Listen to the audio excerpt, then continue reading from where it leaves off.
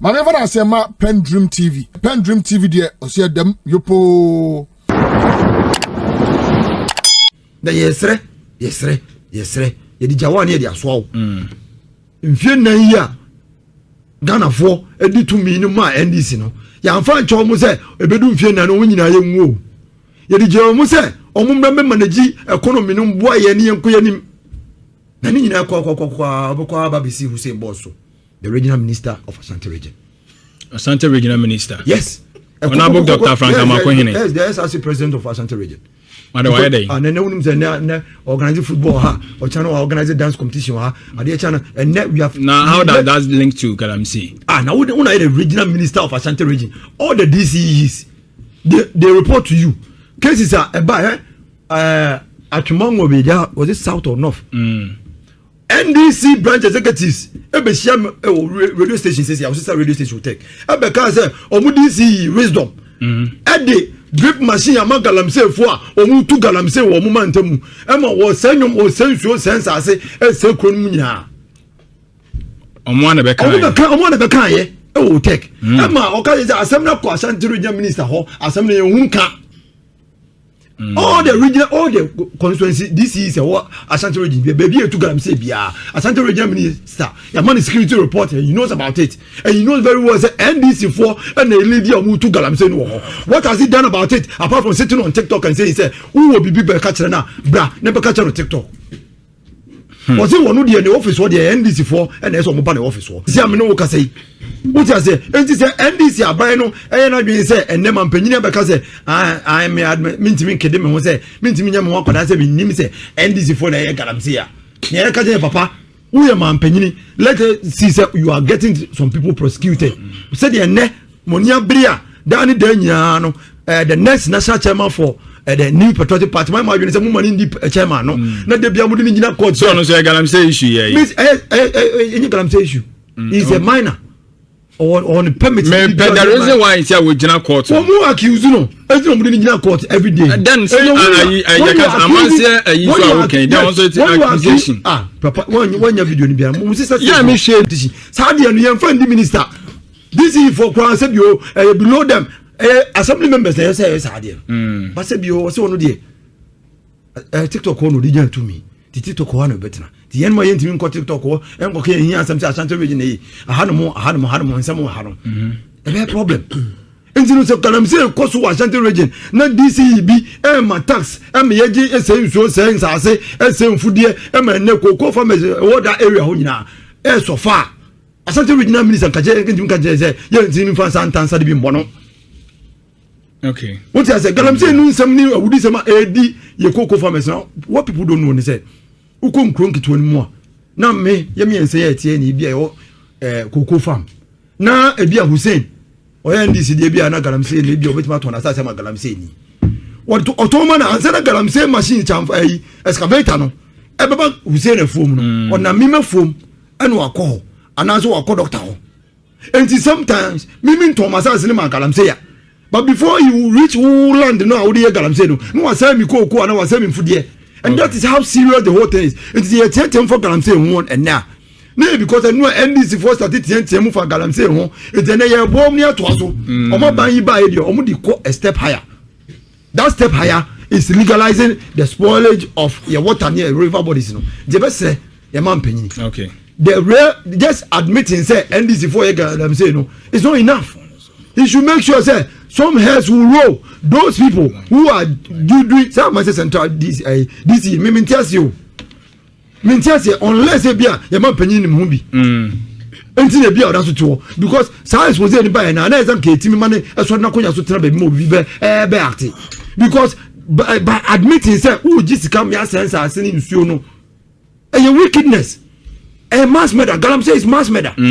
Because Ensuda was saying, Hano, it's now concluded to us. So, I got say abuse you. No more dear. Now, buy up come more on what hospital health issues. Well, some time so no, you a lot of expose about maintenance so I'm on crop. Expose now on the bar mountain, you young over hey, mention the names of the expose. This is legal. Where this is what you want to do. What you to MS sense, I say. What you to me sense you. What you to me sense food. Galam this is your NDC branch executives are Omabo Montre, Amabo the wisdom, one DC wisdom. The branch executive radio so I say what the drip machine they say or they are buying Esika and Emma galamsey for illegal things.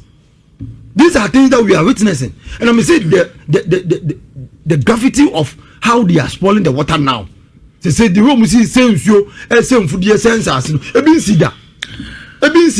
Just by admitting say NDC for the galamsey no, it's not enough. Let us see say you can bite. Let us see says how we indecision now. Okay, say how in my first coup d'etat book now we try and a free war. Okay. Who can say my first coup d'etat book? But see the problem of pay indecision. Say ban say obey take tough decision na yen say won take na man take. Besra no and no man penny.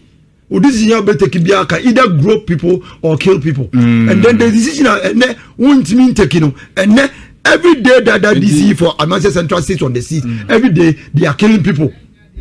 Tinanka have a man penny here day fast. Because it's DC in quite on setting as an example as a scapegoat to sack that man. On sack kiss our wisdom, no, because no one branch executive of Abakan. I say as some war Ashanti regional minister nim. But so person who see now come with some children. Yambra TikTok who go catch and say, Papa TikTok now what you know and one to go up. TikTok you dem say ham of power. And this is how you Medians who do Ashanti regional one, you know. And the Bia what 1 morning a ball gown more son. And you can say, and some no old do honor. 1 year in Ashanti regional minister position, a serious position. A new position that you have to joke with it. And so if you have been honored by the president as a young man, I believe in that.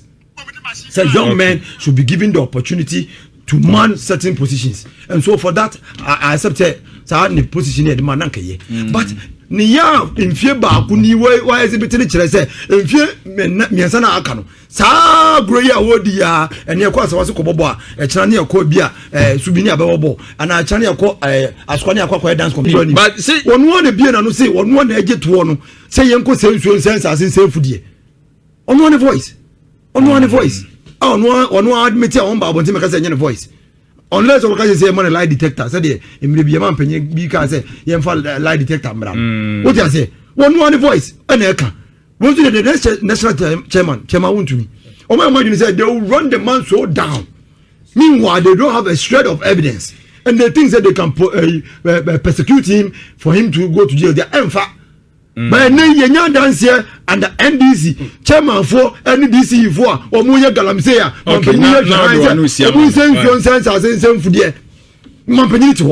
Because or see or no ni book moon some more try say or no indecision or no be ultimate take tough decision when the needs arise. Yes, man penny yes Ashanti regional minister because na nete ya. So no one so here your man penny nte. Ti your man penny nte ya. Na say regional minister na nya adwuma ma your man penny nte ye. Say Ashanti region and now kwa dan say enclave. Ukwa man say enclave for mo. The way omu say so sense I say NDC for the way omu say so sense I say because say and omu je to say omu say no. Je panichau. Ahaya ne wo, ahaya ne nnuane ne ba. Ye abaye ye nim kwa no ye hudi na aba ne say enemo ba makwan say yenye. Ene obo say kire wonya abekwa ye kire wonya. Go and see new areas that they are now excavating and mining illegally because you do 3,000. You see for one leg ko. Ni ajo 5,000 6,000 for excavator ko. But no you say e was some laws ni mo. Say yenye galamsey. No, it's not about so money galamsey. This should have been in sales by now. Uni galamsey and jena area to galamsey hono. Ka by now ka DC no ka police for crack channel anko dem. Okay. So to me, are you bold enough to give Chamfine over Jessica? So be from so insane. Now go to Chamfine, we mansion.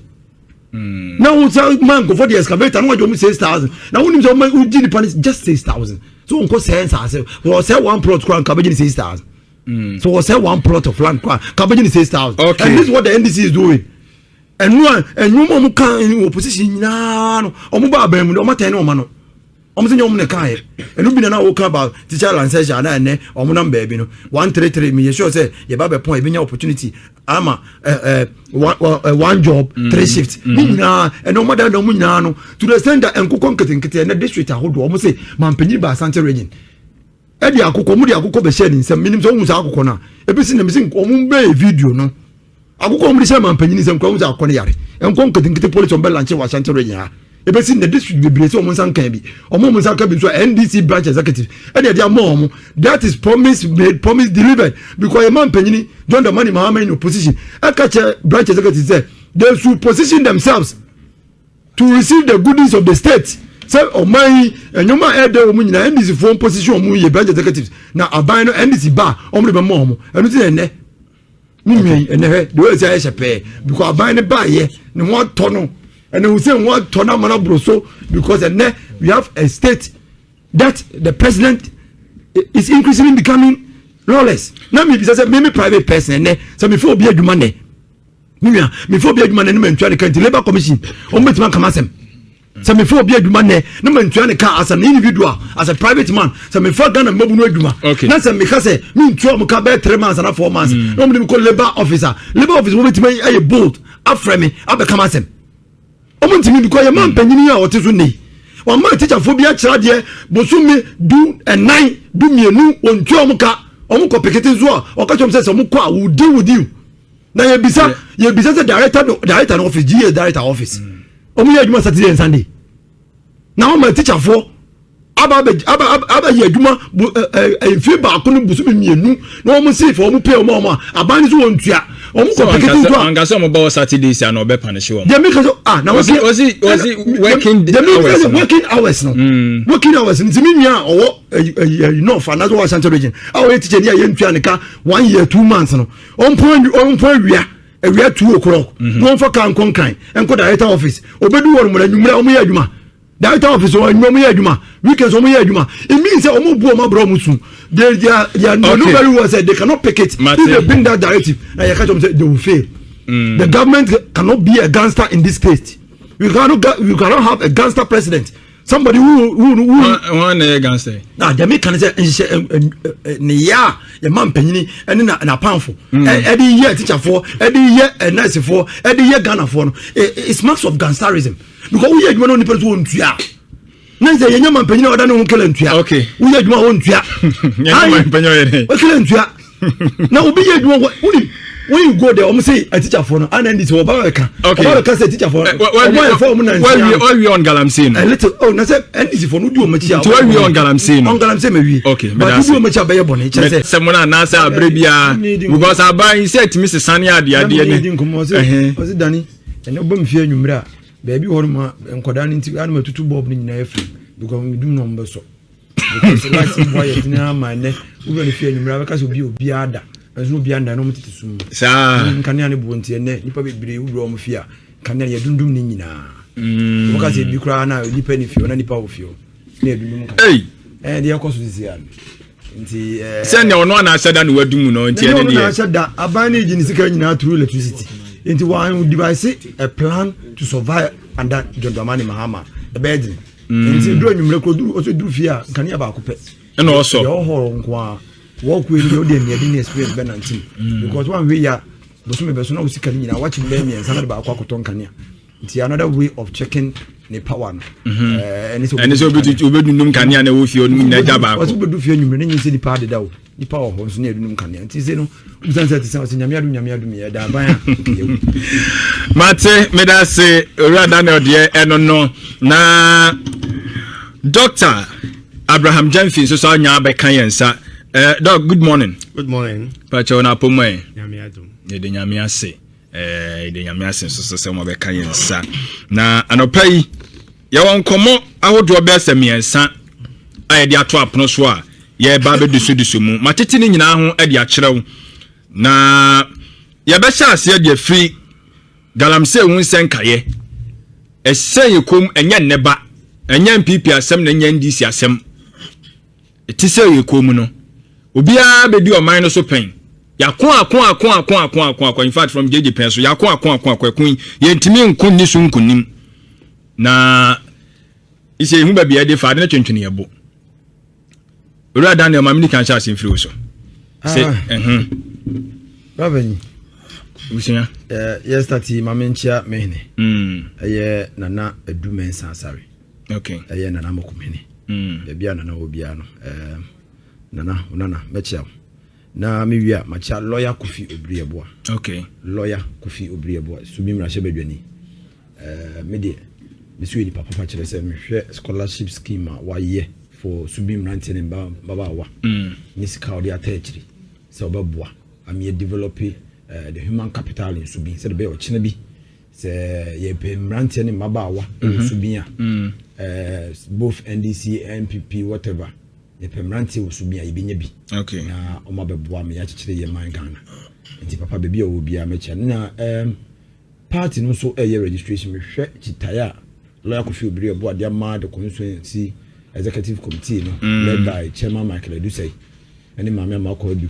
Okay. Support dia ma o said the be multimedia organization no na ya registration no no na me da lawyer Kofi Obrieboa because eno na mo mu bi no mo de nkrata na hye mo dem no subi de obekọ no police stations nyina ye bie. Okay. To the extent that sometimes crying or nim nkrofo mutimi to na mon call mu fi e communicate sure that those people are registered. But ma me pay phone bi won ma sometimes you know them and you know very well say because of if your man who then sure and now be binti no you need to go to them. They've been registering everybody. But your one say baby wo no ma na omode enkrata na hye omode because obi am opedom ebimba me notice me kano nationwide yeah nationwide as at now the me nya baby but sa na me wo e na so bi na me hu chitaya ya MP e dia ma constituency executive sa omoye side mo se bi wo baby a me se nipa ne se na wanwene Ghana for ebi de bi wo baby because achim so aduru ekwo so no sa nipa no na wanwene Ghana for because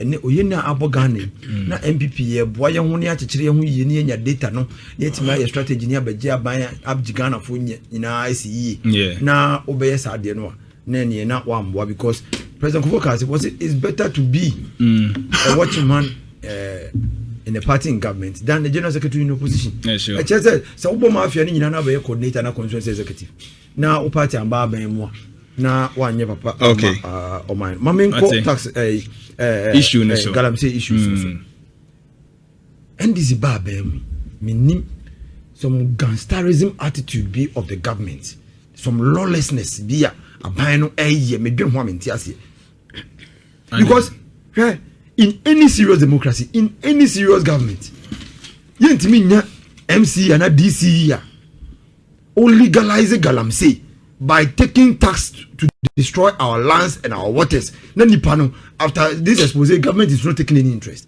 You are talking about Joy News expose. Joy News, you know, and Sanka Joy News phone kwan a video no kwan and any problem. The DCE was heard on telephone confirming say Osia assembly no moji tu mu say we use chamfan minim say atiefo nim chamfan is a floating board na ye disi nsuo so a ye horo anwea no ne cyanide ni bibia gu nsuo nim ye de apɛ gold no na unya DC Amansia Central no say onu ni assembly na legalize galamsey but mo horo nsuo ne cyanide e de gu nsuo nim o sa nsuo na se anwea no ma horo nsuo no so na chemicals ni bibia agu nsuo no na nsuo na tene ama enkuro na eto so nyina akosa anom na DC ni da so to officers at now you ask yourself say into president ye man security report every day ana but omo kasa sa nhihye ya so omo gitumu mo wa ban mu no NPP wa ban mu no na omo so this is how man can be sure say come beti we know when we were fighting galamsey and Nana Danko Kufado, about the presidency to line so. Eka say, Obakun galamsey or near Soja for near Numa for Echo. Ah, ye kun ye do baby more than yes, say NDC for Emma Boy near national fight against the galamsey because realize say ye kone kokwa na NDC for their politics. Now fe resistance no ayedin. Yenya Hussein on one boss. I know a good boss CEO. Say we will not join the NPP to fight this galamsey. They told us say aban so wonya ntoko a wonkon. And they will not join us. And they will not join us. But we were fighting a national cause because the galamsey water does not know the NPP and NDC. And so they are in a free grown to him ever harmon. Only NPP they will come and sit on your table. And here campaign, 2024 campaign, that was when I saw the reality of galamsey and why it was difficult. Because it has become something like and said it is now for Soranopa. And now baby galamsey pon eraser. We wake up in the morning to go to galamsey side said not it's near Kwefum. It has become part of the the rural fabric that people as young as 5 years, 6 years are going to galamsey site. Okay, because but when you go there, omo obi e fe kodo. Obi akoko die wie no, na nkora no so de anwoma ne nam so. No more sense and be no. I say how the thing has eaten into our fabric. The fight and national fighter will become difficult. But the NDC made a political capital out of it. The NDC, the president of the Republic of Ghana, His Excellency John Dramani Mahama. From day one, you have been giving security reports. Even before you came president, we were giving security reports. And so this is Ukai, chairman for one of the constituencies in. I win no saying no win. What's one baby? One of the constituencies NPP seats in this naba. Okay. Omo chairman, you be say among for say who to galamsey who chairman one and nearby who no babaji say NDC abantino who na ye gangalia who na say galamsey for ni na was say na who to galamsey. Wow, go for sister station adum. Yeah. At 10 year wo mu di wo host wa Ashanti. Yeah. You mu di na chairman di some of committee repeat what because me kura me say befem. These are things that the NDC buy and no so na buy na aba. It's all galamsey sites they have now make it political say NDC for the vessel. Into kwa and nsuo no first na nsuo na eti and na kenya ti no kwa na kepe and adane anwea omotu nsuo na ma ne nsuo bi ni ti ni nan bi. The NDC John Dramani Mahama concession away. He should have apologized before conceding say and NDC for na ye galamsey because enura omo dey politics di nya to me. Then almost the Oba Beja Tumbo Kwakasa or Munkrofoni become or Munkrofoni so move to galamsey because DC and then he said on video our castle or no in the assembly no G2 Muse and the Chamfine opposite comes so Beje permit but you have to no coco say so no. Tan end this for so mobile moye. Wa manone enti doli sisi ano e yade a e se kuafo no e bite the bullet omode belt bomb yem ne mum kokobor CEO no a ono ondo kokoko dan kokoko afomu da anadwuma o ya so ya journalist no ono de obaye no otimi nya sika eto cars ahodo akese etimi drive those cars di nkonya gum ekokoko farm ekotena okakache kokoko farm no ono otimi ko nwuro mansan so guno o da bi no ko meka na so we nsem ai no say me can you can't put square pegs in round holes. Na ye kan say ye wo NDC fo mpanyimfo bebria omado kokoko amunu kokoko hu nsensam enti sa nkrofo no wo de omo be kokoko CEO a wote omo bre eti omo yaw sa na ye kan na mebo bi di aka se menye se manisa no owura Dr. Napo ye nyina nim se doctor ba se wo ko Ministry of Education ko energy akoya wonderful akoya adwuma o de me kan say Randia Benson sama ye anti ayi Mahama ade ye Canada Facebook no so nti betimi aba de meka ko sini say so kaya na nado danko akufado mampanyini e ball nto aka so di free security beba over 8 years obeye mampanyini na nkofo kura se nko ntwen na the second year no implement free security o se there be no child should be left behind and therefore we implement it in the first year to the benefit of everybody. COVID ba ya na yentua to na Ghana nya bibia yenkomba. O se there be government workers there. Enam se mo dan aban emre bia no. Mo pay no mente so na mama bibiri no matete pay so. But ono ka se onto obia pay so obia ntena fi. Nemo mo ko so for akra se twa mo ka. Edru ba bia easy restrictions kakra. Ana ye corner shift ne ade nyina no. Still we pay everybody in full. Koko ye koko nsensemi ye koko fo ahwe ye since independence e fititititi na koko ye dia so ye manyi ama ye manyi ahwe ye mfie bebre na mfie ba akompo se koko ya teso amaman so a enti ka ban ni ntimi hwe koko fo no nka jom se 3100 na bandada ni tuamo no ye tua sa 3100 na mo ama mo afi ni ye hwe se afi esa da anim no se ye teso a ebia eno de you will have to pay the right prices it in campaign na se bio omo ko kare om koko and 3100 as 3600 no se nye opposition na no tum e ka se nkofo bi wo ma ji om koko a e so mutu om ka the old price and ka ban the 2500 e so omo no ma ji om koko no kon sa ban yi de trimodene na me nya wusa ba betra na me bisa say that kwama onya heaven na obako ta boni aba betra ma wudi that kwama onya heaven na obako because the way NDC are buying John Dramani Mahama, His Excellency, attacking the rural economy. No, Jama yam share. So go grunke to mo. Me de no matter kuruma. Mokuma na meti. Na me nko grunke to no mo koye adwuma asu campaign ade.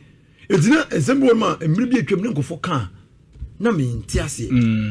But during 2024, na me call boa madam for bi wo Jama North ekoye campaign wo pese oye parliamentary candidate o Jama North Eric Yeboa e ho na me hu ko tena ho kakra be boso me e ho na me te rural economy ase e ho na me te how helpless rural areas FM Minia, when you go there you see say the job I oho a provision shop and I say kuya but so be sika and I say wo and there also be say business be bad can be people on some it is not there it is the helplessness meaning how to even express it because me pie no man nam krom wono mo na me ni bi di nkomo say what do you have, what can you get?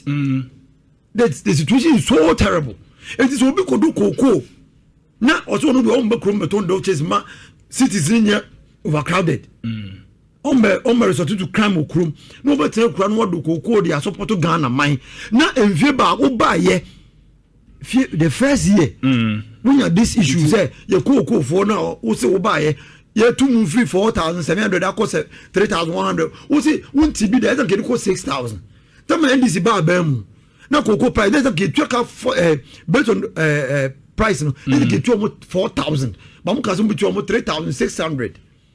It is a moment to turn crown, 3,100. No, Munka say, Abai be Kusimu, ya de Bamo 3,100 na a fee. Abai Bobu send Coco for a farmer's at Yanya. Because over the years, Coco, the other Ghana, Mama Ghana, Gina ye, to confuse Bako, Sabayas or yes, I don't go on your Bia, a broso. So Bobu send our Coco for Nico can say, Moon 3,100. You are threatening them, say, Satis will be more, Mubasati so.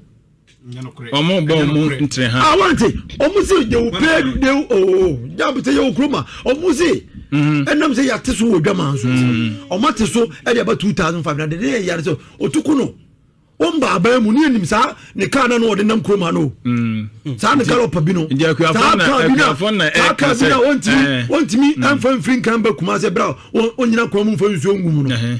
Saka ni ni mene what me V8 by 16 ekoko from katom say 2,500 eso say 3,100 minim do chere mass ni mass che wu a minim say so fun so wu no di sa atro na so to because 2,500 eso say 3,100 you go and tell the cocoa farmers ye ko e ho na ye ko e fom won ye ko e fact finding and then you person ko tiase okay say and so na aba no how ben na dema koko farmer na ye wia ye nim ye nana mu mpanyimfo do mo mu de o ma anotumu a ye ma mpanyini beti because ye de politics na ye de be ka bia no o mo ntiase okay ye wura na se to be bio ambo de no mu so o ye kwani kese pa enti ye nim se ko nya fact ni nyina wia nye de be kire ye wura ka e ka ye ma mpanyini beti okay. So it's not propaganda as usual until you say I am for the bem.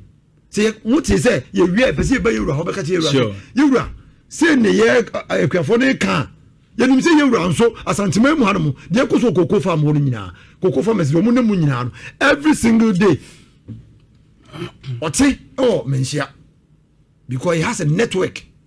I am for how do any ade nyina whatever is happening there you rati the yeso dey be boss eba you see aboso ba na meja ye dey epai then you will be say he has to talk to the political class to do something for the cocoa farmer because nye kosui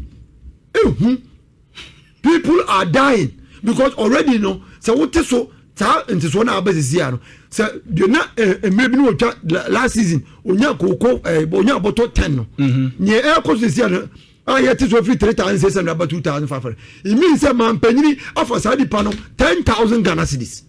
That is how bad and that's how dangerous it is. This is a man penny and me and Kusin the cocoa farmer.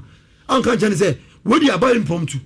Ekwan fa so a ente so na ba no ni kusi mu mo gina yie se be ya the next season no say ekoba de say ente so be sa ba then that one there mo tia se dia na se man panyin dia adwemboni na ni cocoa farmers no dili o de nsuo gina nanum e ni cocoa farmers ne kasa because cocoa farm no the cocoa farmers they have taken care of Ghana for a long year na they can me hu okay and they say even when we were paying 3,100 a bra you did 4,700 I call 3,100 a bra you go home na you cocoa farmers bi e do cocoa farm na e ma galamsey okay na you cocoa farmers bi e dey do so ma rubber for it in near ya take so free 3,600 about 2,500 and no na utimi babu na wo twa cocoa aboa no the petrol go so no ahye no na menim say ndc for ayero joma no cocoa beans no menim say ya kan dem say encourage saade no me see cocoa beans no and utimi kan banku di ofia na me bisa say wo boaboa cocoa na di ja tum no ade a wo say I am sincere the me can say I am sincere ba sincere no say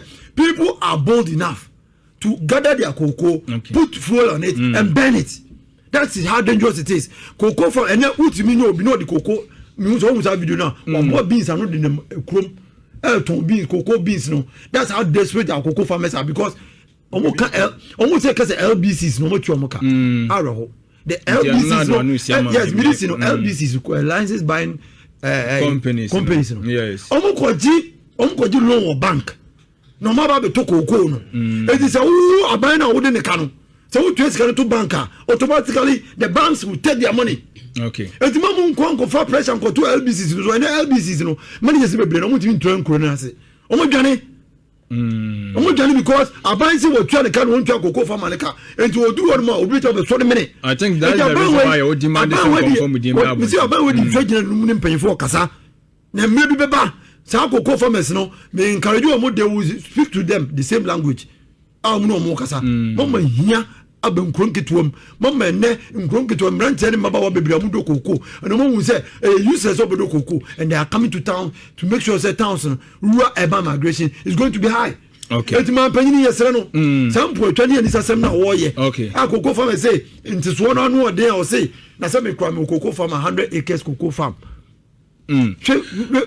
chicken tuma koko farm simame say me kwa me so do koko nti so na affect me obi a unwa timi top plane obi a oba ben mo na nwa tim top eya na won member say e be ko enye no kwa mama ba ben mo na yewura mama top plane player ka eno akakoto enye no kwa me nima no enye no dey kan say ya man panyin sika no ma trans no ma didi no ma men say wudi fo we no mo no omunya nkombe si Ghana se ka Ghana people fi atas for say ye say ye nsuo say ye nsase a na wo man no ne ye pese ye yifiri wiase san krofoi awudifuoi owura Jordan mani mama say wonu ana manyoku a wo firi mu bedi mampanyini no emufuo bi ka ho NDC for ebi ka ho onu age atum na anopa ebedi ho nkomo se eno na ama ko na ye den na na ye eno na ama ko na ye den no san se ana no pem so Asante mawura okaye o se ayen fufuo ni bi no mu wom ebi wom ye nya nim se NPP fo enu NPP fo yi mu amoso so ba ye ebi susu no mu wom aban dan ya ndisi fo so ba ye wo amoso so age atum mo se ebi wom enti ade no obi a hu wom kakra de ntia ama ketase ntimi tu ase Ghana no no ade no unya so ba ku mu a uwura ni manu ni mu abo se afi no wa wu do so asem no asa ho kakra be wuram enti afi ahoden ya ne ade aya so de be kono na afi atwenchene wo bo saa na atwenchene wo bo afi hu se wo kwa hu se wo ba eja no pa ebedi mu nkomo na dom ketu e wo mra se bedwam minority ni be pie mu Asante mantam na fuwa maako enum e no mo de atena mantam yi mu o ma bo apro akwa abato mpesu maako aduonu emu na yebuso mo se akwa so mo haw ne se ya o mo se kokko akuafo osudodo to mo nsu ntimi ntina mra se bedwam ho no mo na o mu nya akuafo no kwa mo nko ansusu ne sa nko mo ko san se sebio mpanfo se onyonko da no da etenana yedi ye obi a wo kire bi ebeduru so ti aboa ne si omu nua so a o mo kwaka so so no so omo de ane se sole yen so to ma ba pro enra ena omo de ba wieye ewo offenso atifi abato mpesua so na ye hwe se saa na motu omo etu yei eye ne kwan so eye omo ankasa because bi mu se eye omo ankasa agenda ena omo hyehye ai so matie si fon mu tie akuafo na no asem ne bi se ya agenda bi na agenda nsem bebri anopai se de tie bia me dane pia rumfa ma wo mo omo aba be yi omo ho ano na wonom so omo ho asem ka no omo so aka na Middle East so si anyina yanim se oboduram ewo eye Iran ne Israel wonom ntoko masesa boso US so do omo agim adimfa ho onso agya 10 ni ase den ura Donald Trump ya oje no ho ende oche no ho ase ente na Ghana so esunsun so no me as a journalist menim se bi be kan yen na ebi na be kan yen no uruwura ma ebi mu se da bi amawe wo bowa wontimi ga se bi be kan yen e ma ni nyeye ebi se wo se bi kan yen anope be hwe na sa enkomo we nyeye didi amawo se de me ka kire won ebe no so a bede homa no ebetu dwana ososo watimi abamu na oso do adwenkyere enso ede aba na ye nyina ya boa magana enso etimi akọ tote ede amayene but anopai me woni bia me pese me bona utie me woni bia me pese me bona utie de ma misisi a na biwia maka bibi kakra bi na afeni mpanyfo atransa anopai orura Hussein Ibrahim eye kasamafo edema Ashanti Regional Minister where NDC Communications team member o fidiam ya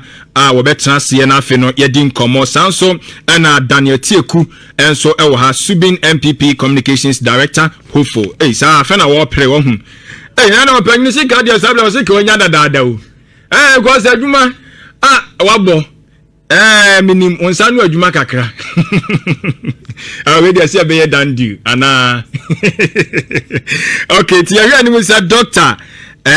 Abraham Jenfi ono so cheche ni mapa ewo University of Skills Training and Entrepreneur Development ono so eba be kan ye ho na afi no yedi enkomo said be ya Ghana ye betimi ahwene aboa ne ahyehye na akoyie tie sa ni we mame meba tie nyim we mame sisi ya meba.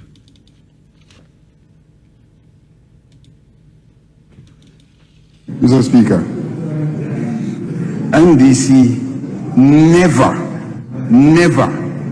promised to cancel licensure exams. We promised to incorporate it into the general examination system of the colleges. That's what we promised. And what we are doing today is fulfilling exactly what we promised to do. We shall reintroduce automatic posting of teachers. And we shall scrap the teacher licensure exams. Mr. President, I'm a teacher. I want to know if you cancel the licensing exams for teachers. Yes, I'll cancel it. Simple, straightforward. I believe that if we improve the examination, the final exam that they take, and we improve the quality of teaching and learning in the colleges of education, you don't need for them to pass their exams, come out, and go back and write a licensing exam. And so when we come into office, we'll take out the licensing exam, we'll improve the quality of teaching and learning in the colleges of education so that when they pass their exam for the colleges, you know that this is a person who is a professional teacher and can handle the children that they'll be given.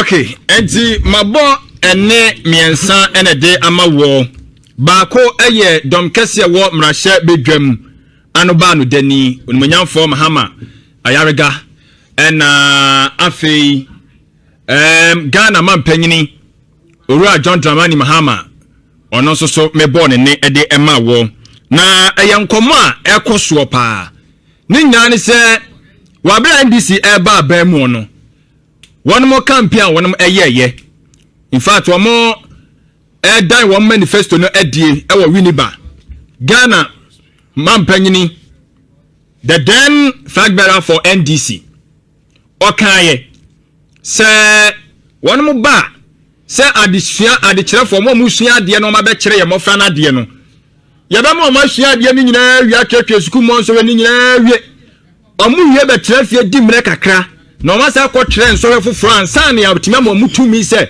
o betumi aba be kire ade eno ana ye teacher licensure exams no o kan se oba obetwam Ghana man panyini enya atumi no ni ade eye oman no share nsa as a president no so no achechefo adesuafo nkabom ko ni bi ko ni nchen ni kodi nkomo ana obi bisa na osema panyini asem yi ukaye wa bere na wunya atumi na wanya atumi ugina de ogina na wasesa wano man panyini se we enya kasa tentini bia no o kesi su people oba obeyi sanhye no de firi ho namom oyi firi ho no ma wode ba be ka sukuu no enso twa won mo twere ne ho no ma ye ni nyina bomu etiso mu wie pe unya wie school na wa wie na se won saka utumi na wakwa akọkyere ade ye postiwa na mrase bedwam kodi nkomo omukọ asecha se do madwuma tie dom keto no dom kase no anoba no dani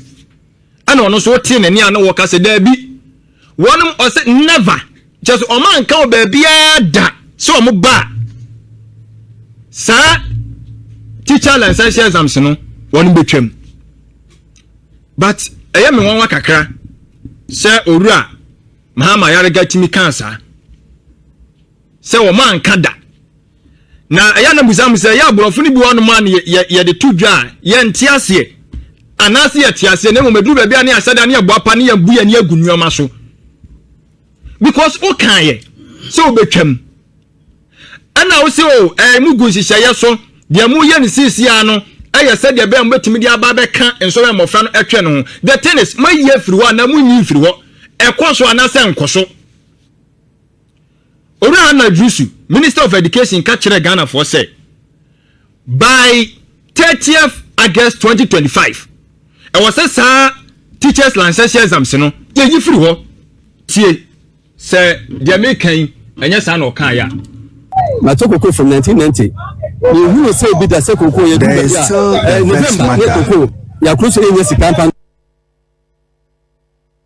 There is still the vexed matter of teacher licensure exams.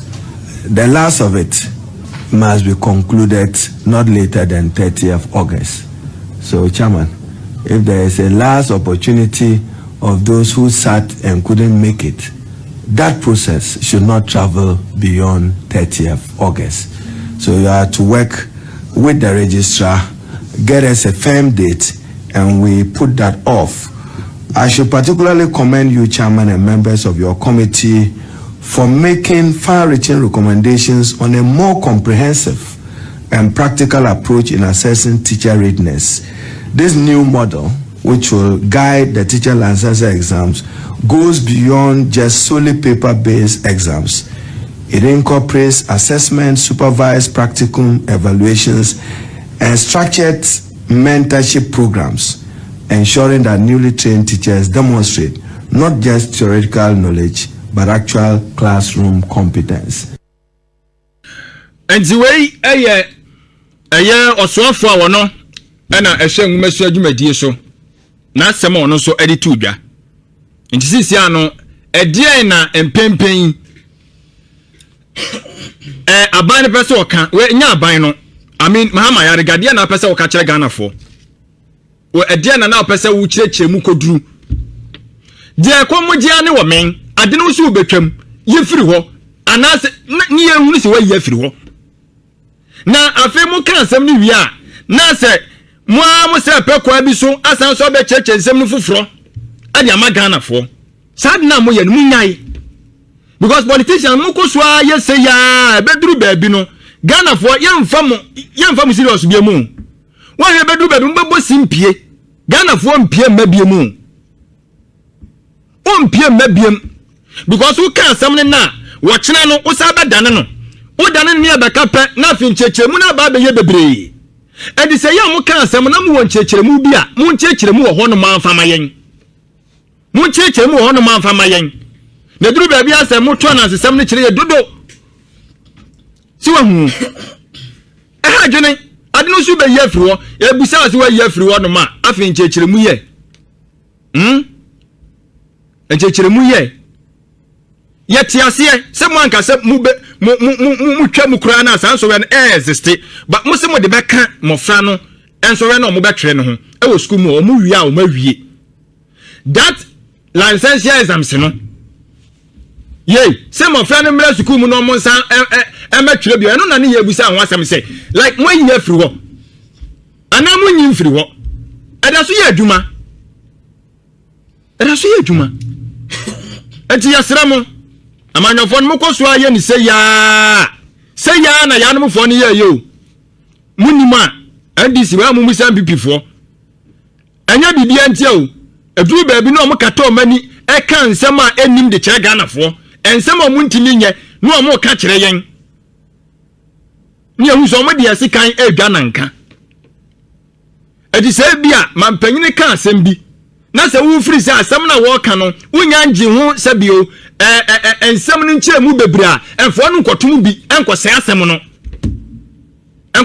no tisi a we akoba ni se afi na Ministry of Education fo o ma be PR fo no ma ba ri chekire mu ye e de ama Ghana fo si ohu eti anopai media meto ama Ghana fo nyina no mabusa se saa ensowe yi no asama mo ka kire ye wo wa bra mo petumi no even ma owura John Dramani Mahama wo ba ye kora me bone ne wa ma otie ye wo si sudua so be ye afiri ho enti eba ne se na de ye se never we never said see be ye afiri ho ka de wo kan ye aban no o kan ye enti ano de ye establish that fact say wo mo kan so be ye afiri ho but bia say ye na mo ye no na pese wo chechiri ma we understand to it. It's okay. Abusafo kokura ntumi ene dwumadie no edin na Ghana ho nkomo na ye die eya adwento ato ane adwenkyere se de be o mai betimi afa ne ntuma pa enso ede afura na mame enko eye mempanyufo a me ne omo esi nkonya anopai enchen na yemfire enkomo no ase emfa emawo na no ansa na medisa adwuman hyene nso se Little Flower Limited akwa inusham aguduo bi eboa na yedi siesie fie eba na wudie hu nsam de a wo mo na sisia no epija yeti a yani enso eto manim a wonom eboa ye pa wo so ono a ewo mofra watete wo mo kwan fa so yetiesie office wo dem ne babia so ufie wo kra na pese wo mo aba no besiesie ode mawa ye wo wonom mo ebedi sa adwuma no enso ede ama wo na no matimi akonkan aduham no bebre no de aba Little Flower Green Clean Solutions eno ewo hodoma eboa ye ne sanso na Little Flower Wash no eno so ewo hodoma eno so eboa ma yetu eye efiase ede afri ye na fiefie enso emu na 0532 764 930 and that's 0532 72 4950 eno ene ahoma betimi apusuo wodwani e kire mu akapuni mantamu a ejoso kwantempon no eso no traffic light no wonom na no bon se advertising bi esi wonom bowura mu bon se shop no enso e wonom na yenyina na yemwa se de be ya efin ebetimi enso etu eye ase mame emma owura Hussein Ibrahim Akwaba Dedi kama mamena PENDREAM TV ase na so far so good say open online portal e wo Ghana nipa share nipa follow nipa comment here to my best of knowledge without any biases PENDREAM TV.